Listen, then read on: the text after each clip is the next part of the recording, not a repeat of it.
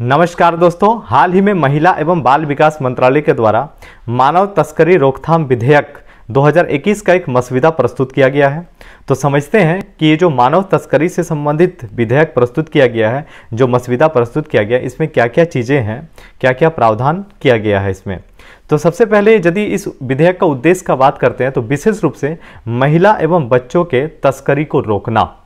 यदि कोई पीड़ित है तो उसका सम्मान करते हुए उसकी देखभाल और उसका सुरक्षा करना। मानव तस्करी अपने आप में सिर्फ एक अपराध नहीं है, बल्कि ये कई अपराधों को बढ़ावा देता है। जैसे बाल श्रम को बढ़ावा देता है, बाल विवाह को बढ़ावा देता है, वेश्यावृत्ति को बढ़ावा देता है, जबरन भिक्षावृत्ति को यह बढ़ावा देता है, बंधुआ मजदूरी को भी बढ़ावा देता है।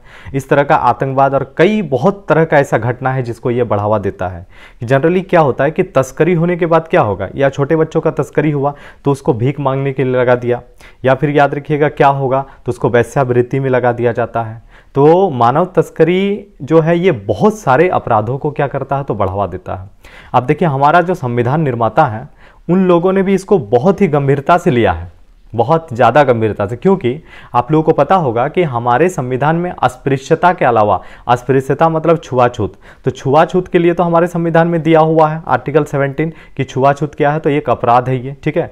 उसके अलावा आपको सिर्फ तस्करी से संबंधित आपका इस जो तस्करी बता रहे हैं ना, इसमें आपका दंड का प्रावधान किया गया है आर्टिकल 23, ठीक है। ये क्या करता है तो मानव तस्करी को रोकता है। तो कहीं ना कहीं हमारे संविधान निर्माताओं ने भी इस पर बहुत ज्यादा जोर दिया है। समझते हैं 2021 का जो विधेयक है इसमें क्या क्या चीजें शामिल है।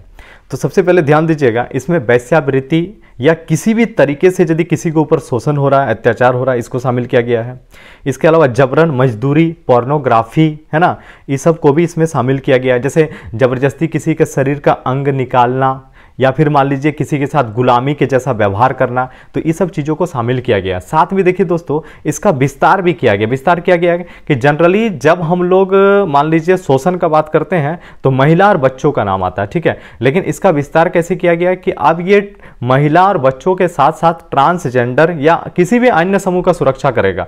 मतलब कुल मिलाकर के जो भी, याद रखिएगा, तस्करी का शिकार हुआ है, सारा का सारा इसमें शामिल है। कोई भी तस्करी का शिकार हुआ वो इसमें शामिल होगा, है ना। यदि इसमें दंडात्मक प्रावधान का बातचीत करते हैं कि इसमें दंड क्या मिलेगा, तो मानव तस्करी के लिए कम से कम 7 साल का सजा है, 7 ईयर, ठीक है, और अधिक से अधिक 10 साल का सजा है। लेकिन यदि मान लीजिए एक से ज्यादा बच्चे का तस्करी होता है तो फिर आजीवन कारावास भी हो सकता है, और किसी कारणवश यदि मान लीजिए पीड़िता की मृत्यु हो जाती है तो फिर आपको मृत्यु दंड भी दिया जा सकता है। मानव तस्करी के रोकथाम के लिए राष्ट्रीय जांच एजेंसी काम करेगी। मतलब मानव तस्करी की रोकथाम और इसका मुकाबला करने के लिए कौन सी एजेंसी काम करेगी तो राष्ट्रीय जांच एजेंसी, जिसको NIA कहा जाता है। तो दोस्तों, इस विधेयक में क्या क्या प्रावधान है ये तो हम आपको बता दिए, ठीक है। यदि हम लोग संवैधानिक चीज़ों का बातचीत करते हैं तो आप लोगों को एक चीज़ याद रखना है कि मानव तस्करी को कौन सा आर्टिकल में रोकने का प्रावधान है, तो याद रखिएगा आर्टिकल 23 जो है ये मानव तस्करी को रोकता है। तो ये छोटा सा टॉपिक यदि आप लोगों को अच्छा लगा होगा तो वीडियो को लाइक शेयर वगैरह जरूर कीजिएगा, और यदि आप हमारे चैनल में नए हैं तो चैनल को सब्सक्राइब जरूर कर लीजिएगा। मिलते हैं दोस्तों नेक्स्ट वीडियो में। जय हिंद।